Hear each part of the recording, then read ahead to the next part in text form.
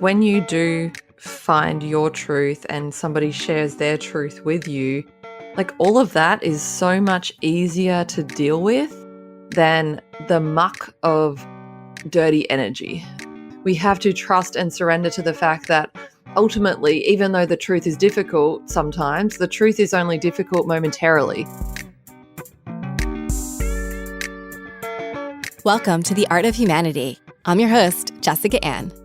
This is my podcast where you can listen for fresh perspectives with artists, leaders, authors, and your favorite entrepreneurs. You can explore creativity and consciousness, evolve your business with the art of humanity. Now, here's this week's episode. Welcome to episode 63 of The Art of Humanity. Today's episode is really special to me because I've invited one of my friends on this show. While most of my episodes are with people who inspire me, who I do not know yet, this season I broke my own rules and decided to highlight some of my friends who are super inspiring. From episode 59 with Michelle Mache, to this one with Sarah, to next week's episode with Heather, I am grateful to have my girlfriends on who are changing the world. My guest today is my friend Sarah, and she inspired me recently because she reminded me of a book that I read a while back, and I reread it recently due to her subtle prompt. That book is Ishmael by Daniel Quinn. If you haven't yet read this book, I highly recommend it. If you have read it, maybe a few years ago, I highly recommend that you reread it. It's super prescient for these times. The book has a lot of truth in it, which, as we discuss in today's episode, is beautiful, intense, and scary. But once you tap into truth, you won't want to live any other way. In this episode, we discuss how to develop an abundance mindset, how remote work is delivering the biggest quality of life upgrade, the divide between fixing the institutions and fixing ourselves, and why the real work is in fixing ourselves through self-actualization. We also discuss teal organizations, how to be in a place where we can speak our truth. Please note that this episode was recorded back in April of 2020, which feels like a million years ago, and there is explicit language. For show notes and resources, go to artofhumanity.io. Let's go to the show. Welcome to The Art of Humanity, where we explore creativity and consciousness with artists, leaders, authors, and entrepreneurs. Today, I'm so thrilled to have on my show my friend and colleague, Sarah Riegelhuth. Sarah is a serial entrepreneur and investor in startups, having founded 8 companies since 2009. Following several successful exits, she is currently the CEO of Grow My Team, which is a global recruitment company, and co-founder of the League of Extraordinary Women. She is personally fueled by a passion for changing the status quo of how we work, conscious culture, community, gender equality, and living life on one's own terms. Sarah is a speaker, blogger, and author of Get Rich Slow, appearing on TV and writing for many popular publications. She has also held board positions on several not-for-profit organizations, including Project Futures, Entrepreneurs Organization, the Association of Financial Advisors, and the Institute for Global Women Leaders. Recognized as the IFA Thought Leader of the Year, Sarah was also named as one of Melbourne's top 100 most influential, inspiring, and creative citizens by The Age, and listed in the top 50 female entrepreneurs under 40 by Shoestring. She has completed the Entrepreneurial Master Program at MIT, holds a Bachelor of Business, financial planning, and several diplomas. Wow, what a bio. Sarah, my dear friend, sister, colleague, welcome to The Art of Humanity. Thank you so much for having me, and it's always interesting to hear your bio read back to you. It feels really long when someone else is reading it. I know, a million lifetimes, right? Crazy. Yes, so much. So let's sort of start with a brief meditation. And I just want to share with the hope that this conversation will honor our journey and honor the journey of anyone that's listening. So let's just take a deep inhale. And to the count of 3, and then a slow cleansing exhale. Just getting like tapped in and tuned into our bodies so we can be present for our conversation. Beautiful. So I'd love to give listeners an update on how we met. It was July of last year, July 2019, and we met in the middle of the Caribbean on an island Mm. called Turks and Caicos. And I still remember the moment when you first entered the van that I just instantly felt a soul connection with you. I didn't even know your name or where you were from or anything about you, but I just instantly clicked with you. Oh, I And love it. we've been on such a similar journey over the course of our lifetime. I mean, just ridiculous similarities. And I'm just always lit up and inspired by you.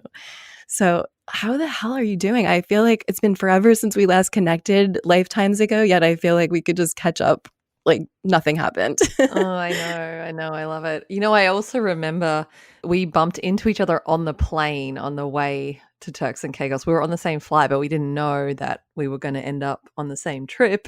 And I remember, I think I must have been like coming out of the bathroom or something because I was like, oh, sorry. And I had to like walk around you. And then when we got on the little bus to take us where we were going, I was like, oh, that's the girl from the plane. That was kind of cool as well. But yeah, it was, I I don't know. know if you always recognize people from the plane aisles, but I recognize you. I remembered you. That's so funny. Yeah, I remember hopping in the van and then we went grocery shopping and we were just all this fun stuff. And then obviously we got to know each other really well during that trip in Turks and Caicos. And it's just been Yeah. so inspiring getting to know you and your journey. And I love everything that you have to offer the world. Oh, thank you. Right back at you as well. Yeah, it was amazing. And you came out and stayed with me in Colorado, and we had a great time in the mountains together, which was awesome. We actually recorded on my podcast when we were out there, which was a lot of fun too. But Yeah. yeah, I mean, Turks and Caicos was just such a magical time. And I really felt it was a very pivotal time as well. I feel like it was just, there's a special energy out there. I remember having a meditation one morning where I like fully like was reborn and went through the birth canal. And I think back to that now, I'm like, wow, that was like so intense. But it just happened like randomly one morning there. I definitely feel like there's a special energy, and the people that were brought together on that trip were really amazing. You being one of them, of course. But wow, what a gift. Yeah, the veil is so thin there. You can really tap in Mhm. and see all the stars. And, it was the best place to see the Milky Way. We were in the center of it at the time, and it was so fun to see the black hole and the Milky Way and all the planets, Jupiter, lined up. I know, and that's the first time I've really ever seen it with my bare eyes that I've, knowingly seen it. So it was a really cool experience for me.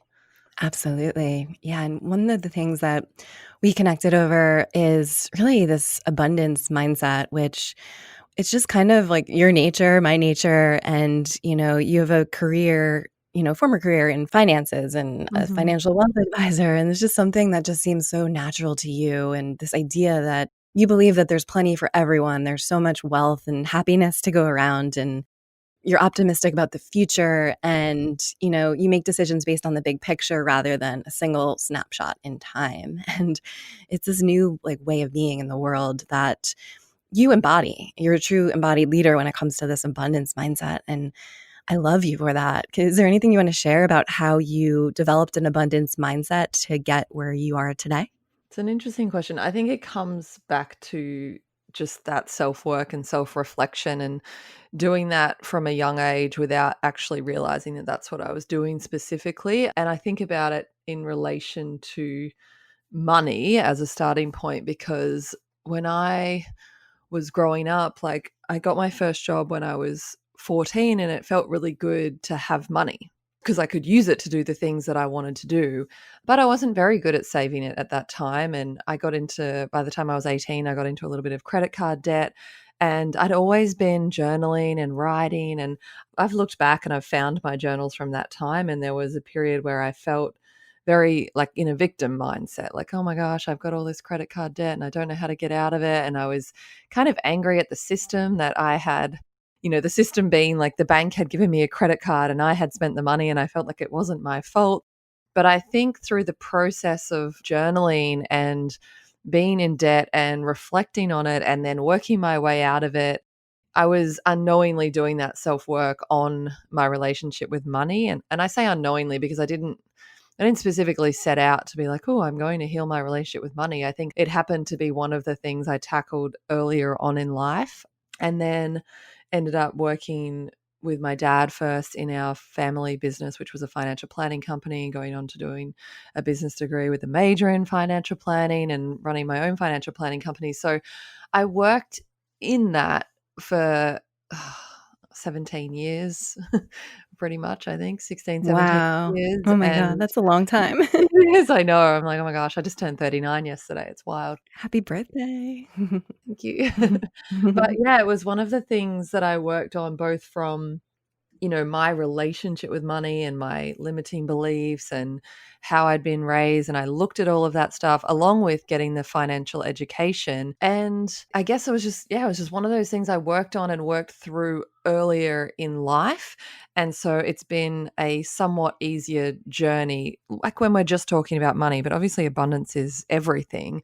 I do think I don't know where it started. I do feel like overall I've always had this kind of mindset of like everything will work out, like everything will be okay, like this kind of trust in the universe and just trust in the bigger picture. Like I think I've always had this sense, and I don't know what I couldn't pin back to where this came from, that just like even though it feels challenging now, like it'll be okay. So I've kind of always had that, but then I think it's like diving in and doing the work on these different areas of our lives to actually move the limiting beliefs and understand ourselves. And I've always just been insatiably curious about myself and about how everything works. But yeah, I don't know. It's like a long answer to a question, but I get into a scarcity mindset from time to time. But I think the first step as well is understanding the difference between that abundance mindset and that scarcity mindset, and having the self-awareness to be like, oh, like, let's go back in this direction, because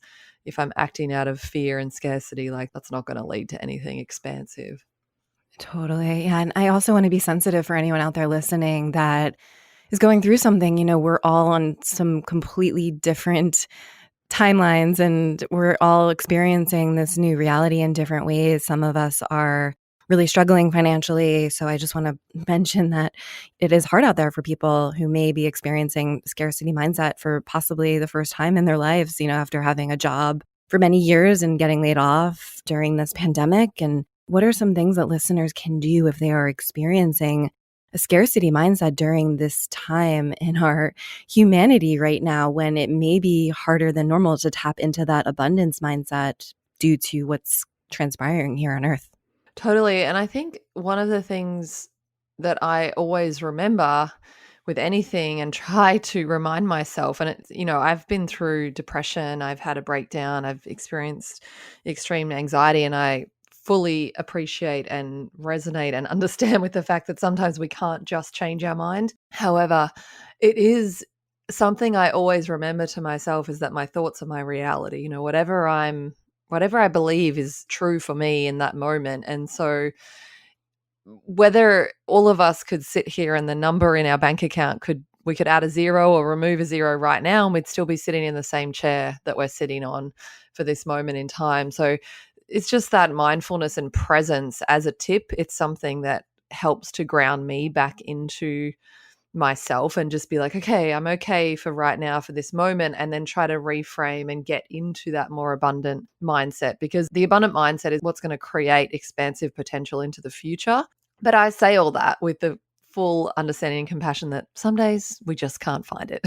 Some weeks we can't find it, and that's totally okay as well. I've been there, maybe more so. I mean, I've had my moments with money, but I tend to, because I did a lot of work on that relationship early on. Now it feels like when things come up with money, it's like I can tweak my relationship. I'll be like, oh, there's another layer there, but it's just not as deep anymore. But like the work I've been doing the last couple of years has been on my relationship with being in romantic relationship with someone, and even my other human relationships, friends and family. Like that's been really tough work for me the last couple of years. And I've had moments and, long moments, weeks and months, where I've gotten into a scarcity place with that. So I understand that it is not always easy to just shift our mindset, but no matter how hard it gets, I think just keeping in the back there that like it is possible to change those thoughts and behaviors, and that we can do it and we will do it eventually. Sometimes we just need to move through the muck for a while first, and that's okay too. Yeah, absolutely. And I definitely want to get into your relationship and talking about some of those experiences a little bit later on. And I just really am fascinated by the work that you're doing today with Grow My Team.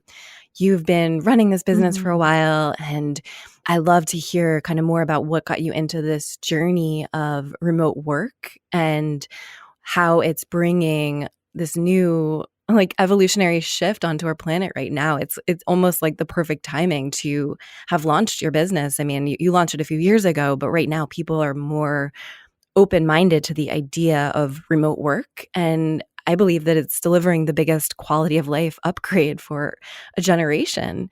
So what are your thoughts on like what remote work can do for humanity and the quality of life upgrades that we may experience through remote work, and how has your business personally and professionally been involved in kind of this shift in the way that we do work and our lifestyles? Yeah, I think it's a really interesting journey as well, which I'll get into in a second, because it's like right now I'm like so well positioned to, I guess, take advantage of the opportunity or whatever you might want to say. I'm just well positioned right now. But I started this company back in 2014, and it wasn't always this easy. And I'll come back to that. But in terms of, how I think that this is going to impact the world and the positive effects for people, like working remotely is just so freeing because we get to design every single day exactly how we like it. And whether we're somebody who likes a lot of routine or a lot of variety, I'm probably more on the variety side. I think for many of us, we love to have the choice and the control over our day. So being able to work remotely wherever you are, however you like, is just such a blessing and a gift. You get to surround yourself with the things that you like to be surrounded with, the people that you like to be surrounded with. You get to work in your own energetic flow. Particularly, I mean, the way that I run my organization, have for a long time, is complete autonomy for my people. So work the hours that you want, work the days that you want, work. Really, we have an agreement that you're coming to the organization to contribute this. And, I don't mind how you do that or what day of the week or what hours of the day that you work best to do that. I kind of trust people to figure themselves out. And I think that's what this opportunity, where people are being forced into remote work, is enabling leaders, I think, to experience the fact that their people will actually step up and step into their roles when we don't micromanage and we don't sit on the top of people. Like, and a lot of that comes from, once again, fear and scarcity mindset and that sense of responsibility that a leader or a manager has, that they don't want things to fall apart. So they kind of hold on really tightly. But what that does often is disempower people, and people don't get a chance to really see what they're made of and what they can actually bring in their fullest potential. But when we're left to our own devices a little bit more, we've got a bit more freedom, we're empowered, we're trusted, kind of encourages us to really step into our fullest potential and bring our fullest capacity. So that's what I've seen in my own team, and what I really hope that all of these companies are experiencing right now, with just being forced into a little bit more flexibility. But there are other amazing benefits as well. I think about, the daily commute is just not required anymore for the most part. And we don't need to be moving millions of people in trains and buses in the same couple of hours of a day. It's so So many ridiculous of when us you just think about don't. it, right? And I think the time of day is one thing, is like that's the where we've been stuck, right? Is that everybody goes to the office somewhere between, I don't know, 7:30 and 9:30 in the morning, and everyone leaves somewhere between 5 and 7 in the evening. So we've got this big rush hour. So even if we were to want to go to offices sometimes, that's fine, because some people enjoy, co-working spaces are a great option. Some people enjoy being around other people, some people don't. But why this fixation with these set hours? Like, that's also not necessary. And one of the things that I see and that I think about is, like, we all know some of us are night owls, some of us are morning people, some of us will have our greatest creativity and productivity in the middle of the day. So if we're a leader managing a team of 10 or 100 or 1,000, why would we force everyone to come in at the same time? And potentially we're missing, 40% of our team's most productive hours are outside of those hours that we make them be in the office. and we think that we're bringing them in so that we can kind of create efficiency and effectiveness, but actually we're missing out on those hours because 20% of the people are most effective at 5:30 in the morning. And those Mhm. hours are already gone before they even get to the office. So there's the time of day that people want to work, and then there's just this even need to be in an office or in a location. So when we remove that, we remove all of this commute. We get to choose to live places because we like living there, not because our job is there and we have to be there. So I still totally believe that there is a place for cities and a place for, smaller towns and more remote living. Like, we are all going to be attracted to different variations of that. Personally, I want a bit of all of it in my life. I like variety. So I want to spend some time living more an urban life and other times living more of a beach and then mountains. And I like to mix it up throughout my year. But I get Mhm. to do that now because I'm not sort of tied to a place and having to be somewhere. And then, of course, if we can ease the burden on that commute, we're easing a massive burden on the environment because we're not moving all of these people using transportation at the same time every day. And so just so much can change. And I think Mhm. it's just, there are so many gifts. I could go on and on. Yeah, I totally hear you, and one of the beauties of remote work is that, as you said, you can kind of live the life that you want. You can wake up early and get work done then, or stay up late, work then, and that really fuels that entrepreneurial spirit of doing things your own way and figuring it out and learning as you go. Mhm. And one of the things that was really helpful for me early on. I was just going to say, if you want to go and spend like a month somewhere, you can, and you can still work. I had a girl wanted to go to Japan for 5 weeks to do a dance course, and we were like, "Yeah, go, have a great time." And then she just worked in the evenings and got to do her dance course for 5 weeks. And I've had team members move countries, and it doesn't matter. They can still keep their job because it doesn't make a difference to me where they are. That's amazing. Yeah, and I think it's just a mindset shift when you're starting your own business or you're entering this new paradigm where you can work from wherever and whenever. And I just remember that going back to the earlier years of running my business and how, in the beginning, it's kind of this wide open space. And if you don't have some structure, a lot of people need structure.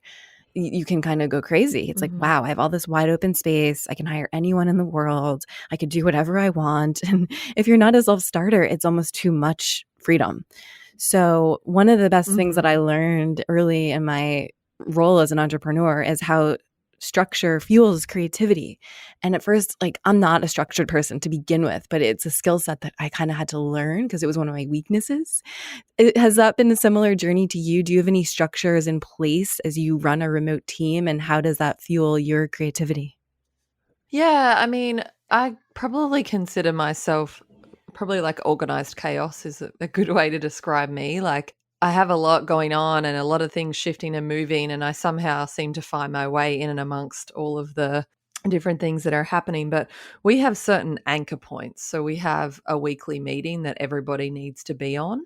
And that's just the one bit of FaceTime that we are guaranteed each week. And that kind of is the structure for my team. And then our tools, like our technology and our systems and our processes, and the way that we use that weekly meeting to check in and keep on track and keep moving, those are the things that create structure for the organization.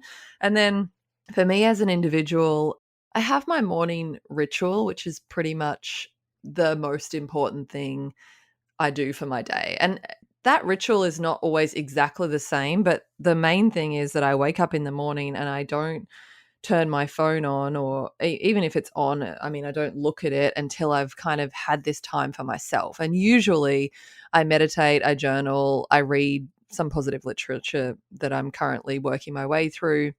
I'll sage the house, I'll do those kinds of things. And as I said, it's not always exactly the same, but I do what I feel called to. The most important thing is that I'm just having that time in the morning for myself, to connect with, source, to connect and receive messages and downloads of what I feel.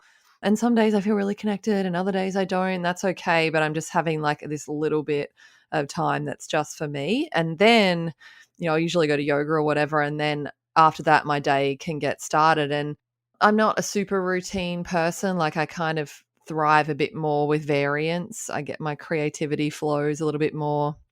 I try to lump all of my meetings into 1 or 2 days a week, so I have a bit more freedom and flexibility the rest of the days.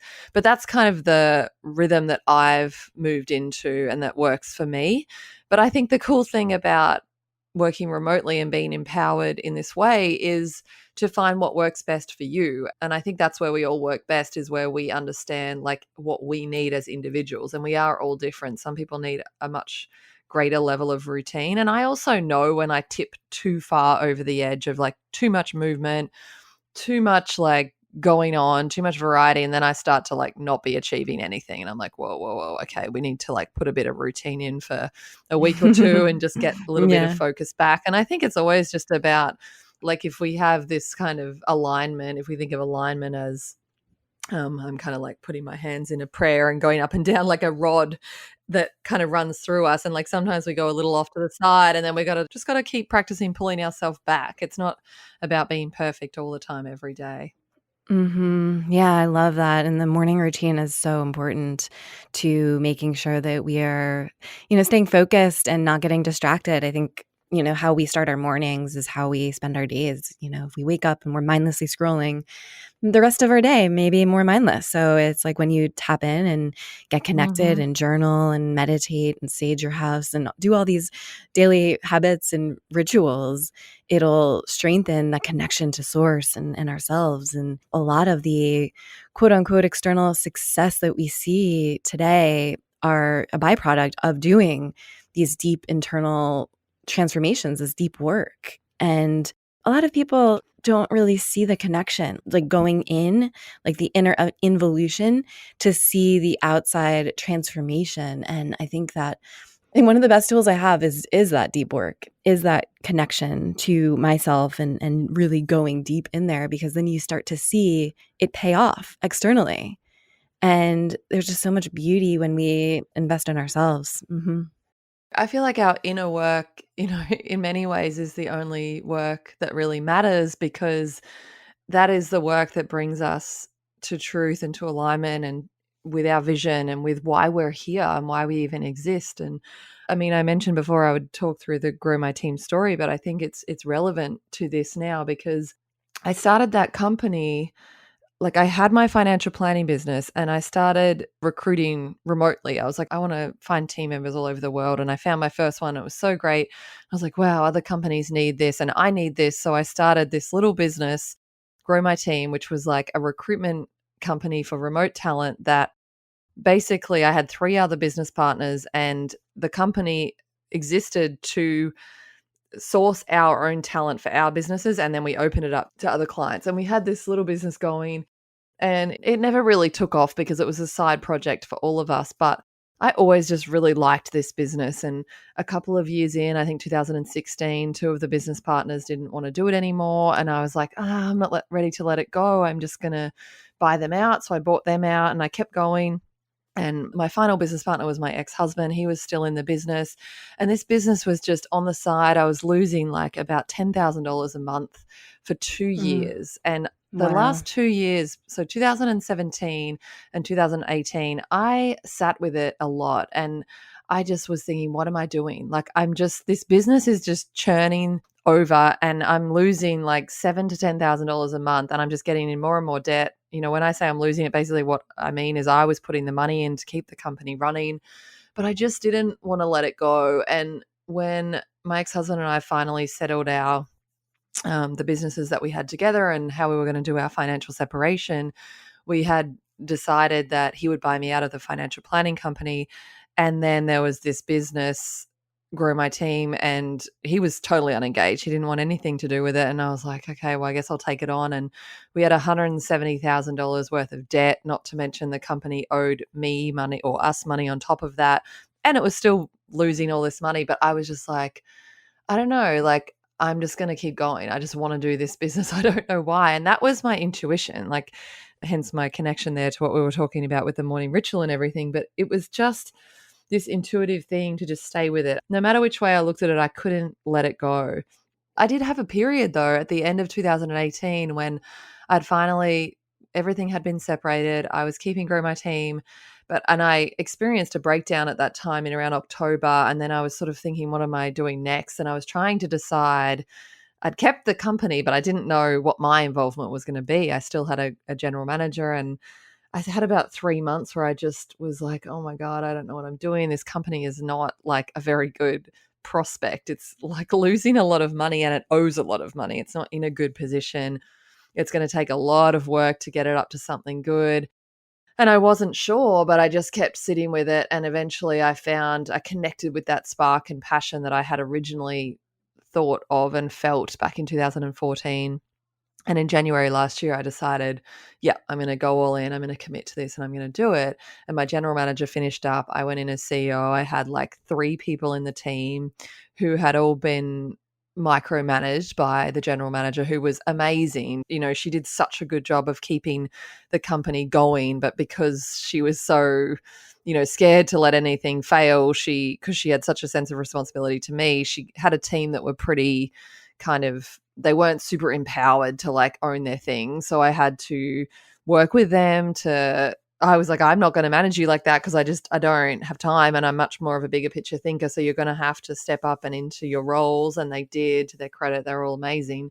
But that was a year and 4.5 months ago, a year and 5 months ago. And in that time, wow, like there was definitely an intuitive higher calling telling me to stick with this thing and keep going and keep focused on that bigger picture vision of what this can be. And I knew deep inside me that the future of work is remote. I knew that the future of professional work, especially where anything we're doing on our computers can be done anywhere, and the world just needs to see it. I was like, at some point, people are going to catch up. Little did I know we were literally overnight going to be thrown into a situation where pretty much everyone on the planet has experienced it. But as luck would have it, a week before all of the pandemic stuff happened, my capital raise was oversubscribed by 32%. So I decided I was going to close the capital raise. I'd just set this arbitrary date because I was like, I can't just keep working on it. I'd been working on it for a few months, and I was like, I need to set a date and just finish the raise with whatever amount of money I get. And I was short. I was like, I'd raised just over 50% of my target. I was about 57% of my target, I think. And I gave it one last crack, and I was like, whatever I can get by this date, I am going to take, and I'm going to shut the raise down and just get back to business, because while you're raising capital, it takes you away from running the company. Yeah. The whole media was breaking out about the pandemic and what was going to happen. We weren't in lockdown yet, but all of the people that I had spoken to about potentially investing were like, yep, we're in. And I ended up literally in 2 days oversubscribed by 32%. So the Thursday and the Friday, and I'd said to myself, Friday, 5 p.m, I'm closing it. And I did. So I ended up raising 32% more than I wanted to, which was amazing. And congrats. Thank you. Yeah, it's been great. So, we've spent the last couple of months just building the technology that we want to build and building the team a little bit and just doing the marketing and all the things that we want to do. But wow, who would have expected it or how it's all played out? But I think the mindset of and it is an abundant mindset. It's a mindset of what's possible, and it's a visionary mindset that I always stay in when it comes to business. Like I can always kind of see that bigger picture, no matter how tough the going is and how sometimes things don't make sense. If I'm connected with my intuition and my truth and my vision, I feel very confident to just keep following it, That's beautiful. Yeah, intuition is magical, especially when you're so tapped in like that, knowing the next steps. And when we see everything through the lens of ourself, that's how we can create bigger, a better, brighter future. And I know that might sound so egotistical to listeners, like just seeing the world through the lens of ourselves. But that's truly where we're heading for the future of our humanity. I interviewed this man named Jim Rutt in episode 54, who has also been through this journey, but more from an academic, intellectual perspective. And he actually agrees with this. He says that to build a better society, we need to address the divide between fixing the institutions and fixing ourselves. And he believes that the real work is in fixing ourselves through self-actualization. So it's just so refreshing to hear these intellectual academic people going through these deep transformations and actually experiencing, trying to fix the institutions and going outside of themselves, realizing that that's not going to fix our world, and then going deeper inside. So it's fascinating because when we are doing this deep work, it's exciting to dive in, and it's also triggering to dive in for some people as well. It's triggering for many people to kind of tune out those outside voices and truly listen to what's going on in our hearts. Every time I hit publish on a new episode of my podcast, I'm filled with such immense gratitude for the ability to co-create at this time in history. Those on this shared path of co-creation are ushering in a new consciousness on this planet. It's a new state of being with a capital B versus the old paradigm of doing. Many of us humans need a manual on how to simply exist. Podcasting is one way to broadcast our light. It's a way to activate our human potential and bring in business. My team and I have created results for our clients like a 6-figure deal with Spotify within 1 year of launch, getting ranked as an Apple New and Notable, deals with iHeartRadio and Himalaya. Stitcher has even promoted our podcasts to climb the charts.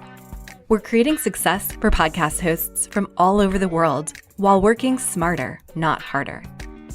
If you're looking to take the mystery out of podcasting and want to start or scale your podcast into a globally recognized media empire, go to go.artofhumanity.io/masterclass to learn more about my profitable podcast masterclass. Again, that's go.artofhumanity.io/masterclass. Now, back to the interview.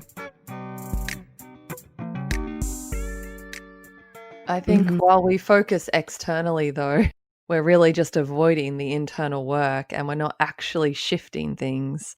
So I completely agree with everything you've just said, that the work starts with ourselves. And as we raise our own consciousness, our own vibration, as we self-actualize, it's very amazing how much around us starts to shift and change and expand as well.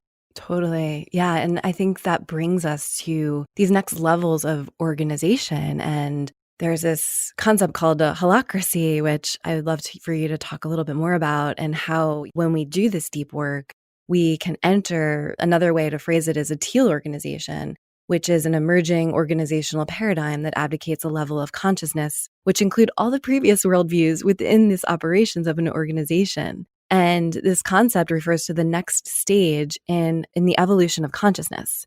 So I just find it fascinating that we're not only shifting ourselves, but we shift the culture, and we make our culture more conscious because of this deep inner work. And in turn, it shifts the level of consciousness so that we're literally creating these new organizations in our society. Yeah, it's so amazing. And I think one of the things as entrepreneurs that we can do is attach to our companies. Our ego believes that we are our company and our company is us, but it's not true, or I don't believe it to be true. And I think what I connected with and what I believe is that the company has its own consciousness, it's its own entity. I may have birthed it, or myself and a group of people, or whatever, the idea came through us. But once the idea is out, it's its own thing. And I, one, love that because it's very freeing for me as an entrepreneur to not be the company. When you are the company, every single thing that happens to and in and for the company is like rocking you because your ego is so attached to it. Yeah, when we have separation from it, we're not as rocked by that, which is a much better place to live from and exist from, because it can be very exhausting to be in the washing machine with what's going on in the That's company. a good way to phrase it. I love it. Yeah. You don't take it as personally when you're a little bit more removed. Totally, yeah. And the way I see it is like, okay, this company exists, grow my team. And I really feel it had a life of its own. And it was almost like it wouldn't quite let go of me and I wouldn't quite let go of it because we weren't done and we're still doing a dance together. And I don't know what that dance continues to look like, but right now we're very engaged with each other and my team are very engaged as well. And that we see it is there's grow my team and we're all kind of serving it. Like we're all showing up every day to do our best to help it become everything that it's meant to become. And I do see it as alignment and engagement. And for as long as any of us are aligned and engaged with it, we will stay with it. And if ever that alignment or engagement starts to shift because maybe we're called to something else, and that could be me as the CEO and founder, just as much as it could be anybody in the team, it's totally okay to like move away towards something that you're more aligned and engaged with. That's okay because we're all constantly in motion. We're all shifting and evolving all of the time. The way we get the best results for anything is when we're aligned. When Mm-hmm. everyone in the team is aligned and engaged, then we go. And when we operate in that way, it's really beautiful because we're getting the most expansive results every day and everybody feels happy. Doesn't mean we're not challenged, doesn't mean we don't have hard days or whatever. But I think everyone would be able to resonate with the fact that a challenge in something that you're very committed to and engaged to feels very different to a challenge in something that you're not engaged with or not happy with. That challenge sucks. Whereas the challenge of something that you understand and want the bigger picture is like, all right, I can do this. Like you dig deep and you find your way. That's not to say it's all rainbows and lollipops every day, but it feels like we're working on this thing that we want to be working on, that we care about. And one of the things that I just absolutely love about it is the conversations and the level of transparency and candor that we can have. So rather than when I was a leader, when I first started 5 years ago, like constantly what was happening would be like, I would be so frustrated with a team member and then eventually I would fire them out of the blue or vice versa. I'd get blindsided because someone would be like, I'm quitting. I'd be like, what? What's going on? And it really was because I wasn't connected to the energy of myself and the company and the team. Whereas now we're all so connected that you can feel instantly if somebody's energy is no longer kind of positively swirling in the vortex and maybe it's their attention has been grabbed somewhere else, and that's totally okay. And then we can just have a really open conversation about it. And because you feel it immediately and you can address it straight away, and then you can like work together toward whatever outcome needs to happen, it's such a different experience because it's not right or wrong. It's just cool. Like something's happened in your life and now you're super excited about some other thing, and that is totally amazing. And let's help you get there. And then oh my gosh, who's going to come in that's really excited and engaged with what we're doing? And you just find this like natural evolution of people that are coming to support, grow my team or whatever it is, whatever organization it is that you're working on. Like the people are attracted to it and away from it based on just personal alignment and being in their fullest potential and power. And I think that's just so amazing. Like if somebody's fullest potential and power is somewhere else, I would want them to be there. Mm-hmm. Just as I would want the people whose fullest potential and power is to serve, grow my team right now, I want them to be with us. So it's like such a Yeah. different way of operating, and it's such a more fluid, beautiful way of being engaged with a team and with an organization. It is so beautiful. And part of that is just accessing this universal truth that's always there and not wearing a mask and not compartmentalizing our lives. And once we open ourselves up to this higher state of existence, life becomes more aligned and fluid and easy and full of grace. And it's interesting because even looking back in my earlier careers in the corporate world, I've always wanted to just like deconstruct and break things down and like kind of just get to the heart of what was on people's minds and tapping into these emotions. And that's always just been a part of who I am. And it's so nice to kind of see this awakening in the rest of the earth right now, really deconstructing these facades and breaking them down and getting to the heart of it all, even if it's hard to hear, even if it's almost like destabilizing. There's this truth and this power that comes when you like rip off the Band-Aid and you're like, okay, this is really going to be hard, but this is the truth of the present moment. And it's also like coupled with that idea, the fact that there is no universal truth. So kind of being grounded in this perspective, like there is some truth right now, but it might not be the universal truth for the rest of humanity. So there's this interesting dynamic going on right now in the world where what is your truth and how do you find your truth? Yeah, and I always feel like when you do find your truth and somebody shares their truth with you, like all of that is so much easier to deal with than the muck of dirty energy. And that's the way I feel. I feel like you can feel if the energy in an organization or in a relationship or in a group of people or in any dynamic, you can feel when there's clean, clear energy And then and that's easy to deal with. Like, even if the actual things are not easy, like, I don't know, it's easier to deal with that clear energy of truth than it is, because to deal with things that are untruth, with people showing up or putting on masks and facades, because basically what you're doing, even if you don't realize at a subconscious level, is trying to figure out what is going on, why this doesn't feel clear, why this feels dirty, why this feels messy and mucky. And it's because we're not in the truth of it. And we're not in the truth of it because we don't want to hurt feelings. We don't want to hurt our own feelings by even looking at our own truth. Like, we know why it happens. And it's just this fear. And I think we have to trust and surrender to the fact that ultimately, even though the truth is difficult sometimes, the truth is only difficult momentarily. As soon as we are like, okay, I've digested that, I understand that is the truth, then we can move forward because it's still clear, clean energy.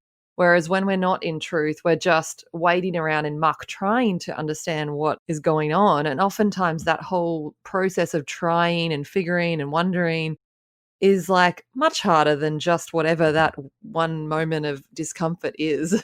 And you have a whole podcast about truth. It's called In My Truth. And you share your embodied wisdom and leadership in this podcast. How has your podcast been a spiritual practice for you as you talk about the issues that might come up? And has it been a spiritual practice maybe? And how have you used it to kind of integrate that having a voice as a leader within your company? How have you used your podcast to grow? I don't know how long you've been doing it, but I've seen quite a few episodes that you've published. And how has that changed your transformation, or how has it helped you evolve your transformation? Yeah, I think that's a great way of putting it. A spiritual practice, I think, is what you said. It definitely has been. And that podcast was something that I received a very clear download to do. There was no commercial reason to do it or really any reason to do it. I felt an instruction from the universe to do this thing. And it was basically, I'd just been having very vulnerable conversations with people. And I just received this download, like, if other people could hear these conversations, it would be very healing for those having the conversation and those listening. And that was it. And I was like, okay, I'm going to do it. And it really has been a healing journey and a spiritual journey. I think what I've understood is that all of the things that we hold inside, and this is my experience and my understanding, so take it or leave it, but all of the things that I held inside, all of the things that I didn't speak about, basically I fed that shame monster. I fed monster of ugliness that made all of the things that I was afraid to just speak became bigger and scarier and yuckier. And it was like there was darkness inside me because there were things that I thought, if people knew, would mean that I felt that I wasn't enough. I wasn't good enough just in my wholeness, in my entirety, with all of the different pieces and parts of me. I think there's many reasons why we sometimes justify not sharing things. And I have question marks over the whole idea and concept of being like, I'm a private person. And I think there's validity in that. And I think it's really important to ask ourselves, though, am I private or am I ashamed? And if the answer is truly, I'm just private, that's fine. Or I feel private about this. I have things that I have experiences in plant medicine ceremony. I have experience in meditation where it's like, this is for you. But it's a very different feeling because I'm not in shame, as to why I'm holding it in. It's not something I don't want other people to know. It's something where it's like, oh, that's just a message for you. That's just an experience for you, which is very different to the things that I used to hold back because I was ashamed of those things. I thought if people knew certain things about me, that they wouldn't be my friend or I wouldn't be acceptable as a business leader or whatever it might have been. And so the process of having these conversations, these very raw, open, vulnerable conversations, and just letting all of the things out that I had once thought were embarrassing. And a lot of that might even just come down to like something I'm trying to figure out about myself that day. And whoa, where's that coming from? And what is that? And I felt really, I don't know, insecure when somebody showed up. And like, those are the things that we don't usually talk about. But when we talk about them, it just takes all of the power and charge away from them, all of that negative power and charge. So I think where I've come to, it's been a great honor and gift to share that journey with all of my guests. And I'm sure almost every single guest has messaged me afterwards saying, oh my gosh, I feel lighter. I feel relieved. I feel more myself. I feel like I've released something, and they've been super grateful for that. So just that process alone, knowing that I'm able to facilitate that for other people whilst every single episode doing the same thing for myself, has been a real gift. And then hearing feedback from people listening, just saying, oh, I can resonate with that. That's me. Now I don't feel so strange. I feel much more normal. It's just Mhm. been an incredible process. And I am at the point now where really the truth doesn't scare me anymore. And all of the relationships I have now are so much more based in what's real for everybody involved. And what that means is I feel the love. Like I feel the love truly because I can see they love me for all I am because I've Mhm. shown them all I am, versus before when I was hiding parts of myself and showing up how I thought I needed to show up. The reality is you can't fully receive love because you know at a soul level that you're only showing the part of you that you think can be loved. And then the other part of you is the bit that you think is unlovable. So it's very hard to fully receive someone's love because you know they're not seeing the whole part of you. It's like once you expose all of your flaws, your realness, just the truth at your core, you have nothing left to hide. And from there, that's freedom. It That's one of our, totally is. it's freeing, it's liberating, it's expansive, it's all good things. It's just getting from point A to point B, getting over that shame hurdle, so to It speak. is. I mean, freedom's always been my highest value, and it's been very interesting, the journey with it. Like, I've always had that as a word. I've always known it's my highest value, but it started with like, well, financial freedom and then freedom to travel and all of that. And like over the years, I've just peeled back the layer of what that really means. And right now for me, truth is freedom. Like to be able to show up and just speak all of my words and all of myself and all of who I am into the room and to be received, like that is true freedom for me, because that frees me from all of the insecurities and all of the fears and all of the different stories that I was telling myself, to just show up and be like, oh, this is what's going on for me right now. It's like, wow, that's freeing.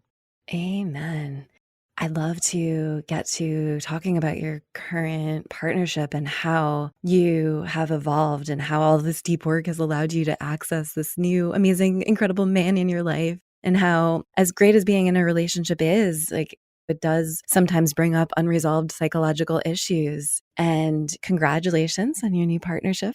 I just want to hear you kind of speak about how you guys found each other and how you're working on yourselves through partnership and through this deep work of not just going inward, but being in a partnership with someone who is also speaking their truth and all that good stuff. Yeah. It's been amazing. And I think the honest truth of it is I can now look back and be like, wow, I really wasn't fully myself in any past relationship.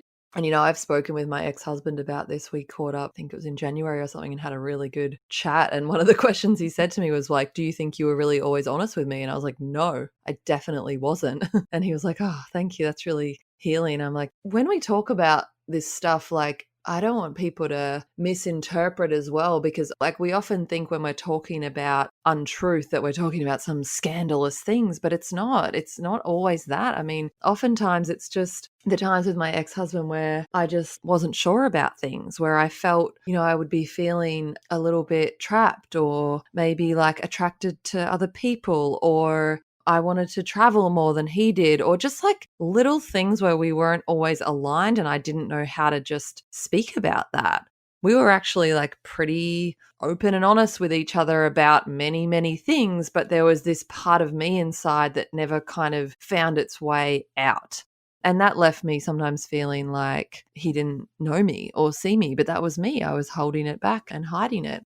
But what I could see that's different for myself, and I spent a year being single, and that was very intentional. I mean, not the time frame, but I knew when my marriage ended 3 years ago, I jumped very quickly into something else.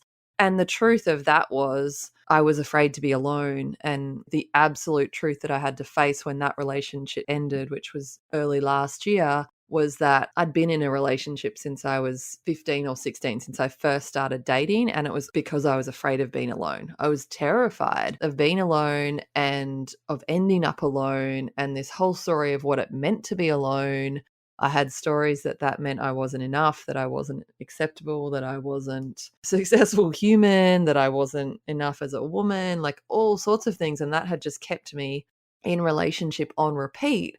And because of that fear, like, and that total desire to be in a relationship and not be alone, I'd perfected this art of being what I thought my partner wanted me to be. Again, that would leave me in these relationships feeling unseen and misunderstood and not being able to fully receive the love because I wasn't fully open in a way. I hadn't shown all of myself to any of my partners. So I think spending all of that time alone, and Joe and I connected, very unexpectedly. Like, I wasn't looking for anything. I started dating again in November. So I spent a good 6-7 months, like, very much off the market, like very intentionally, like, this is just for you. You're not going to be with anyone. You can't even risk like going on a date. And then I was like, okay, I feel like a lot of the initial very difficult heartbreak and pain was starting to heal, and it would be nice to just meet people and stuff. So I'd opened myself up a little bit, but I was still in the mindset of not necessarily wanting anything in particular. But we'd known each other for about a year, and it was almost like sliding doors. We're friends with a lot of the same people through the Aubrey Marcus Fit for Service program, but we never had, I think we'd said hello once, but that was it, like very briefly, like we really didn't know each other at all. And we ended up at a retreat together in Minnesota the week before all of this pandemic stuff as well. And Oh, just wow. connected. Perfect timing. It was really wild. And we just connected, and we were messaging all week afterwards. And I was going to be in Austin where he lives. So I went to Austin and we caught up, and we'd been joking about quarantining together. And then when we actually started hanging out and we were having a really good time, we were like, so do you want to like actually? And we were like, yeah, all right, let's do it. And it's just been really beautiful. And we've just been taking it one step at a time and just being really open with each other and falling in love and enjoying all of that. And it has been a really beautiful journey as well for me to softly explore all of the triggers that, come up from my past relationship. The relationship I had after my marriage was very traumatic. It triggered a lot of my childhood wounding, all of my abandonment wounding that I really needed to heal. And that was tough, tough work. That relationship ended up sending me into this place of having a breakdown, and because I felt so unsafe and so triggered into my abandonment wounding that I ultimately had to dive in and fix it, which was a real gift in the end. But entering into something again kind of made me see that whilst that past relationship kind of brought up all of the trauma from my childhood that I needed to heal, it created new trauma. And so I've thankfully been able to gently heal that. And that is because I'm in a place where I speak my truth. So as uncomfortable as it is, I've just been speaking it like, oh, I'm afraid that it was actually the first time we had friends come and stay, because we kind of met and got into this in love bubble in isolation. And then all of a sudden I realized, oh, I'm actually afraid that I don't know what happens when the world goes back to normal. And we had some friends come and stay. And I was like, I got triggered into this thing of like, oh, it's all going to blow up. It's all going to fall apart, because we don't actually know what it's like to be around other people. We've only been around ourselves. I just spoke it. And I remember the morning my girlfriend and other friends arrived at like 2 a.m. and we were asleep. And then she came in at 8 a.m. and got into bed with us, and we were all lying there, and I was in the middle, and I just started crying, and I just told them both what I was feeling. And like, it was such a gift though. Like, and that's the place that I'm at now with my friends, and where I'm not going to hide the fact that I feel insecure my brand new relationship might end because my friends are coming to stay. Like, let's just all talk about it and kind of like have a laugh. Like, but this has been the gentle process of me healing, like, oh, I feel these different triggers and things come up from the past. But my partner is amazing because he's like, yeah, cool. Like, are you okay? Like, what do you want me to do for you? But he doesn't take it on. And it's been really amazing for us to learn and I don't even think learn. I think we'd both done a lot of our own inner work, that when we've come together, we seem to be in a place where we can hold space for each other, but we don't take on the responsibility of trying to reassure or heal or fix the other person. And that is magic. Not where I've ever been. My partners have always reassured me, and I've reassured them, and we've created codependency. Whereas this is just like, cool, you're in your shit. Like, I'm here. I'm going to sit next to you while you're in your shit, but it's your Wow. shit. Wow, that's true growth right there. It Mhm. really is. And it's remarkably different to anything I've been in before because of that. And I think that would be one thing that if anyone is kind of having those codependent patterns and stuff, I think the time that I had on my own, I had to work through all of those different days on my own, those moments, those pains, those triggers. I was on my own anyway. And so then entering into something new, it was just like, well, I was at least familiar with the process of working through something alone and not needing someone else to come and save me or give me the words that I need to calm down. But Totally. I think really when we can stay in a place of no one's doing anything to anybody, nobody's responsible for anybody else. We're just two independent humans walking side by side. And it was something that I journaled about a lot. I put on my vision board to do with all relationships in my life. This is friendships, family, everything is like, I want relationships that truly like we're just walking side by side and I see you and I love you and I hold space for you, whatever you're moving through. I don't have expectations of you to be any certain way. I had someone message me this morning, I'm sorry I missed your birthday yesterday. I'm just like, don't even worry about it. Like, I don't have any expectation that anybody needs to remember my birthday. Like, I think it's another thing that we can really free ourselves from is the expectations that we put on other people. Because nobody's ever waking up thinking, I'm going to let someone down today. I can't wait. Like, it's just not what we do. And sometimes the feeling of letting someone down is horrible because you never intended to. And the feeling of being let down is horrible. But all of that is just false once again. Totally. Absolutely. It's so freeing and liberating when you remove those expectations. And like you said, you can hold the space for each other, whether that's a romantic partnership or friendship, just holding that space, but not taking that responsibility on for someone else is like so refreshing. And it's true work and it's true growth when you can actually embody that and experience that and see it reflected and honored in your life. So I commend you on doing all of that deep work and speaking so openly about it. It's pretty unconventional, I want to say, to how many people live and how many of, I don't know, like many people listening might not experience life through this lens. But when you do and you kind of rip off the Band-Aid, it just becomes like exhilarating and exciting. And you can experience all of the spectrums of our emotions, the good and the bad. And it's quite a fun way to live. It's awesome. It's so liberating and so freeing. And it is unconventional. So we're both on the similar path of kind of just not catering to the status quo of society and waking up to the truth that's inherent in our hearts. It's beautiful. Absolutely. Yep. So, Sarah, what is next for you? Are you working on any fun projects during quarantine? Mainly just focusing on grow my team, and we're building some technology right now. So that's really exciting. That's why we did the capital raise. So that's really the big thing. And then the League of Extraordinary Women, which is my other business, which is an online community for female entrepreneurs. We were not originally an online community. We are now. So that was our pivot during this time. So it's been really fun supporting my co-founder, Cheryl, who's the CEO, in just building and attracting all of those wonderful women that are in our broader community and bringing them into our online space. Yeah, those are the kind of business things I'm working on. And then I'm finding a lot of joy in things that I hadn't before, like gardening and I don't know, things that I guess we have more time to do now. Because working remotely is different to working from home and being stuck in home.